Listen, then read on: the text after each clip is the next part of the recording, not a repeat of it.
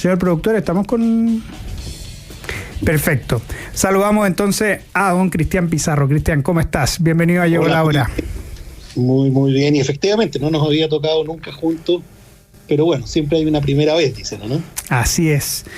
Bueno, Cristian, yo creo que el tema más ineludible en la política chilena sigue siendo, para dolor del gobierno, ¿no es cierto?, el caso Monsalve sigue teniendo repercusiones, ¿no es cierto?, y hoy día justamente en el Mercurio, en el Cuerpo C, con una muy buena aclaración de los puntos controversiales, ¿no es cierto?, en cuanto a la declaración en la justicia del presidente Boric, en contraste con su conferencia de prensa. También este desmarque por parte de la ministra del Interior, Carolina Toá, ¿no es cierto?, al desmarcarse de la decisión y dejarla solamente en un contubernio entre Monsalve y Boric. ¿Cómo ves las nuevas cosas que nos estamos enterando del caso Monsalve, que parece nunca acabar en realidad? Sí, va a demorar esto, el tema desde el punto de vista político, que es de lo que estamos hablando en este instante, ¿cierto? Está muy enredado, muy radicado, instalado, como se ha dicho, en la moneda y particularmente en el despacho presidencial, que es lo que efectivamente hemos advertido desde que esto arrancó. Y cada vez que se ha intentado sacar el tema de esos límites, no ha sido posible.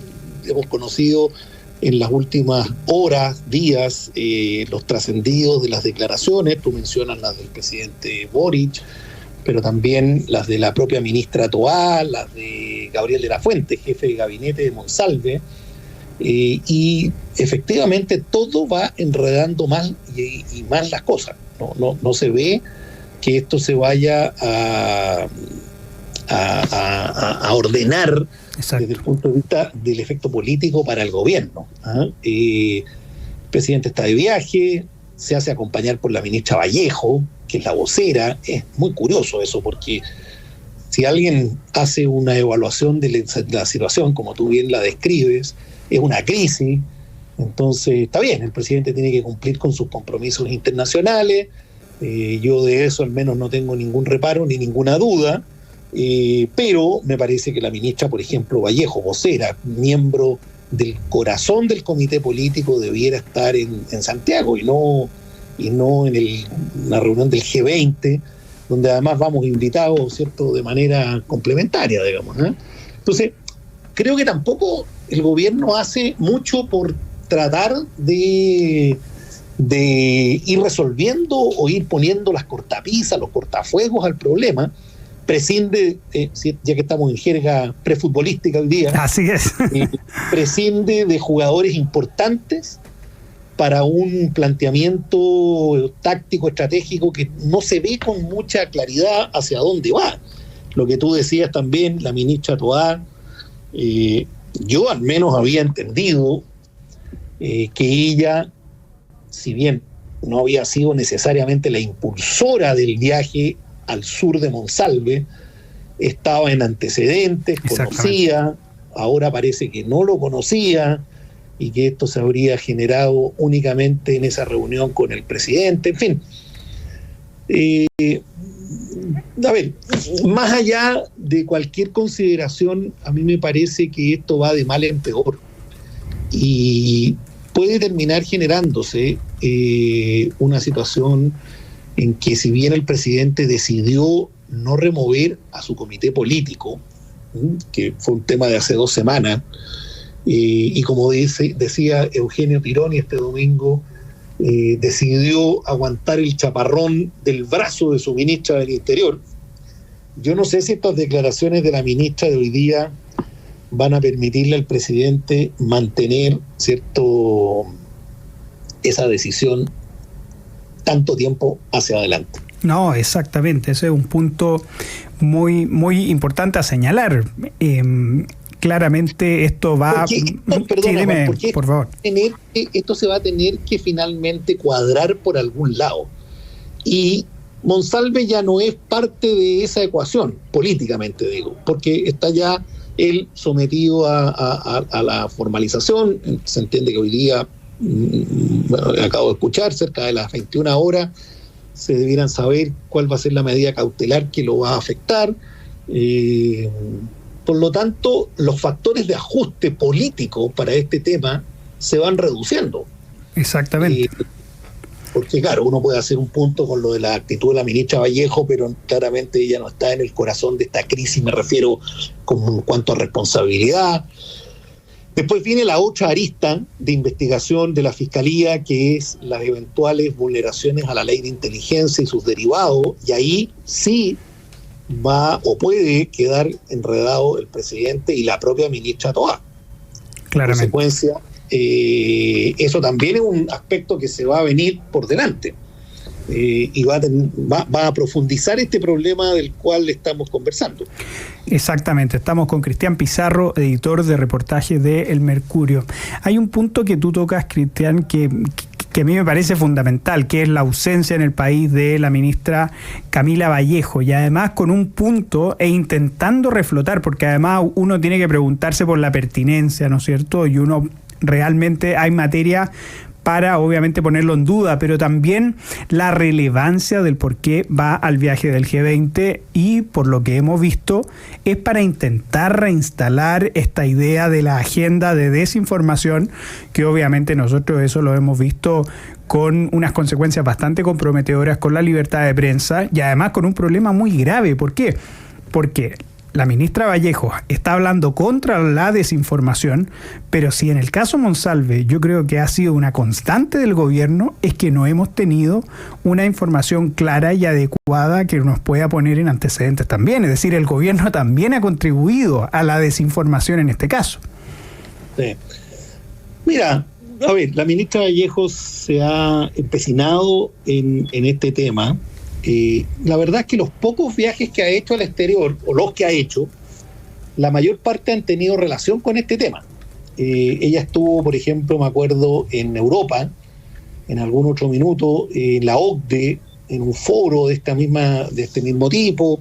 Yo creo que el único viaje de ella que no tiene que ver con esto fue cuando el presidente la llevó a China, a ese viaje que hizo hace ya, no me acuerdo cuándo, este año creo que fue, o el año pasado, donde claramente concurrió y acompañó al presidente, no solo en su condición de ministra de Estado, sino que de militante del Partido Comunista. Fue la ministra comunista que viajó junto con él. Ahora, mira, yo la consideración que haría respecto de esto que estamos mencionando, claro, ya sabemos bien que esta iniciativa, y aquí no hay dos opiniones en el mundo de la gente que maneja bien estos temas, que los gobiernos en materias de lucha contra la desinformación tienen poco y nada que hacer, y donde se meten probablemente lo que hacen es profundizar el problema más que solucionarlo. Pero a mí me preocupa aún más que eso el hecho de esta especie como de realidad paralela en que puedan vivir o estar algunas autoridades de gobierno. Entonces, cuando uno percibe que el presidente y su ministra de Comunicaciones toman, ¿cierto?, una decisión, y la ministra va a esta gira en circunstancias de que todos sabemos lo que está ocurriendo en el país, es vivir en una realidad paralela. En consecuencia, uno también pasa a entender mejor por qué razón en el momento más relevante de esta crisis, al comienzo, digo, del caso Monsalve, se tomaron las decisiones que se tomaron. Porque habrá ciertamente, o puede uno presuponer que hay intención, ¿cierto?, de ocultamiento, a lo mejor, de postergación de la información, ya. Pero si uno se sitúa en la vereda del frente, que es la vereda, por decirlo así, de la buena fe, termina llegando a la impericia, a la desconexión con la realidad, al pensar que las cosas se van a resolver de una forma distinta. Y esto está en la misma línea de lo que estamos viendo con la ministra Vallejo. Es decir, ¿qué tendría que ocurrir para que el presidente de la República y su ministra de Comunicaciones logren darse cuenta de que lo más razonable era que la ministra Vallejo permaneciera en Santiago en estos días. Lo mismo diría yo respecto de cuando tuvieron en vista o la situación del caso Monsalve. Es decir, que se necesitaba para que el presidente y la ministra del Interior, que no es una novata en estas lides políticas, concluyeran que lo más razonable era la desvinculación inmediata del subsecretario por la gravedad de las denuncias que estaban en juego. Entonces, aquí el problema, y con esto cierro, es un tema como de criterio para tomar las decisiones. Es decir, si uno descarta la hipótesis de la mala fe y se queda con la hipótesis de la buena fe, termina llegando a un nivel de impericia que no sé si es peor que la mala fe, claro. Pero igual. Claro, no, exactamente. Ese resulta ser un gran problema, y cada vez está mostrándose también, está quedando más de manifiesto también el factor electoral, que obviamente se tuvo en consideración, considerando que se trataba de que estábamos a puertas de unas importantes elecciones regionales y municipales. Fíjate, Cristian, que hoy se cumple, ¿no es cierto?, un primer aniversario del triunfo de Javier Milei en la segunda vuelta, un triunfo bastante inesperado. ¿Por qué? Porque en Argentina se pasó, ¿no es cierto?, de una algarabía de que se pensaba que Milei ganaba en primera vuelta a un derrotismo total, que luego se pudo revertir, ¿no es cierto?, con un contundente resultado contra Sergio Massa. Te lo pregunto porque tú tuviste la posibilidad de entrevistar a Javier Milei en mayo de este año. Entonces me gustaría que no sé, que nos realizaras algún comentario del aniversario de este hito, y cómo ves también estos primeros meses, que ya estamos cerca del primer aniversario de el gobierno del presidente Javier Milei.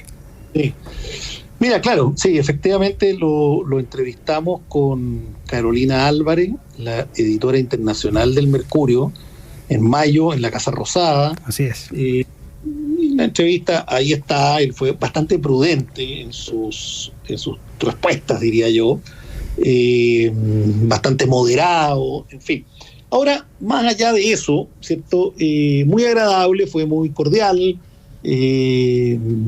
pero más allá de eso, yo creo que si tuviera que hacer una evaluación, a mí me parece que este primer año de Milei tiene más aspectos favorables que desfavorables. El personaje indudablemente tiene sus particularidades, vamos a decir que es muy argentino. Sí, porque no veo yo que en Chile y en otros países de la región se pueda dar una figura tipo Milei, pero por lo tanto, en ese contexto que hay que analizarlo, yo creo que ha ido logrando cosas importantes, sobre todo en materia económica, esta reducción de la inflación, creo que es un tema central.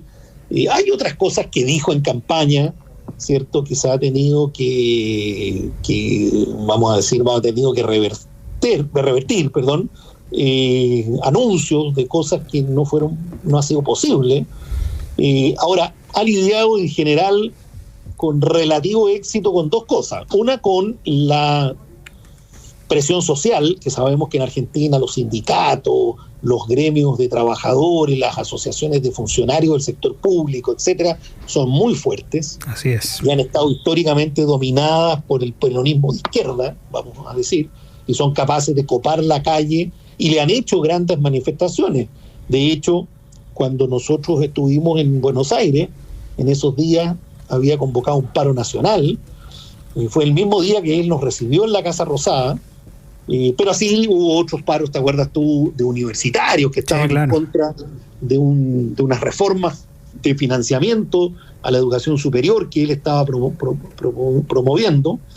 Y lo otro es que ha también tenido la capacidad de sortear la condición de minoría que tiene en el Congreso, porque eso, él no tiene un partido en forma, como se diría, lo está conformando, lo está configurando, ha tenido que establecer relaciones con el mundo, ¿cierto?, de Macri y de, ¿cómo se llama este? Se me olvida, ¿El de la Unión Cívica Radical? O... No, bueno, sí, pero no. Pichetto pero también. Fuerza del Cambio, ¿cómo se llama el grupo que en donde estaba, te acuerdas, la candidata Bullrich? Claro, Junto por el Cambio. Junto por el Cambio, claro. Junto por el Cambio. Bueno, él ha establecido una buena relación con sectores de ese conglomerado que responden más bien a una definición de una centro derecha en Chile. Es decir, si hubiera que traducir esto, él es más bien un personaje asimilable a republicanos en Chile, y ese otro mundo, Macri y compañía, son más cercanos a Chile Vamos. Entonces creo que también en ese frente parlamentario ha logrado avanzar. Ahora, no la tiene fácil. Claro. No la tiene fácil. Queda, como bien dices tú, el primer año de gestión, pero para mí al menos ha sido un mucho mejor primer año del que yo mismo habría supuesto o esperado. Sí, exactamente. Estamos con Cristian Pizarro, editor de reportajes de El Mercurio. Cristian, para ir ya terminando nuestra conversación, este domingo se viene una gran elección acá en Santiago, también en otras regiones del país, pero obviamente el duelo de Orrego versus Orrego se está tomando, ¿no es cierto?, la agenda. Y obviamente el caso Procultura ha sido un fantasma para el mismo Claudio Orrego, quien ha salido, ¿no es cierto?, en esta última hora a arrepentirse del convenio y a sentirse traicionado por parte de una persona que fue un colaborador cercano en su tiempo a él, que fue Alberto Larraín. ¿Cómo ves esta situación? Y también cómo ves esta segunda vuelta en la gobernación metropolitana. Mira, yo creo que, y no digo ningún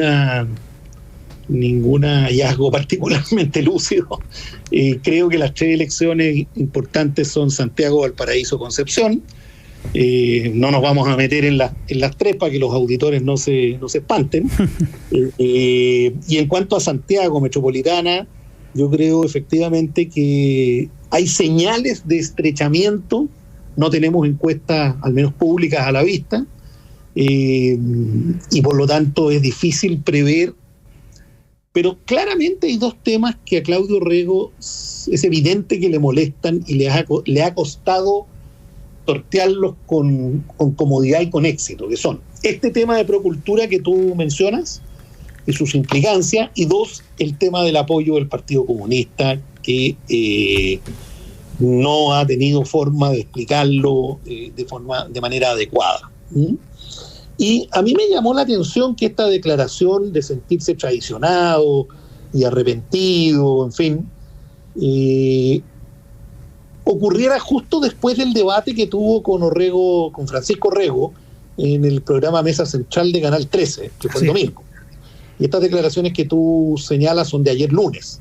Entonces, yo vi el programa, el debate, no me pareció que él, en esa parte al menos, en otras sí, pero en esa parte no lo vi a Claudio Orrego muy firme. Creo que ahí Francisco Orrego le aceptó un par de estocadas importantes, porque la explicación de Claudio Orrego respecto de su vínculo con Larraín no fue buena, y no me cabe la menor duda que en su equipo asesor lo más probable es que hayan evaluado de la misma forma, de manera algo negativa, y hayan estimado que era necesario introducir el antivirus del día lunes, que es lo que tú estás recordando. Lo que no sabemos, y lo vamos a conocer el domingo, lo podremos conversar el próximo martes, es qué impacto van a tener esos aspectos, tanto Procultura como apoyo del PC, sobre el resultado de la elección. Él ha logrado, hay que decirlo, Orrego, Claudio, concitar apoyos de varios, si no de todos, los candidatos de otras manifestaciones, alianzas políticas que compitieron contra él, que pertenecen más bien al mundo de la izquierda, y también ha logrado movilizar a algunas personas del mundo amarillo, de demócratas, que son finalmente viejos camaradas demócratas cristianos. En eso también hay que ser realista. Claro, hasta podría decirse compañero del San George también algunos. Claro, pero sí es que también en ese sentido no...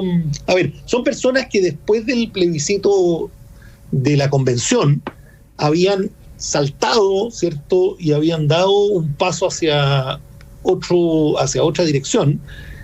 Y esto era más difícil imaginar. Era probable que esas personas guardaran silencio.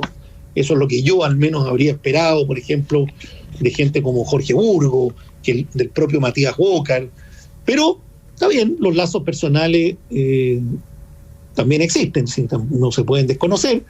Y esas personas, dentro de un determinado ambiente, ejercen una influencia. No son tampoco grandes acarreadores de voto, pero bueno, el fenómeno de Francisco Rego, por otro lado, ha sido muy potente.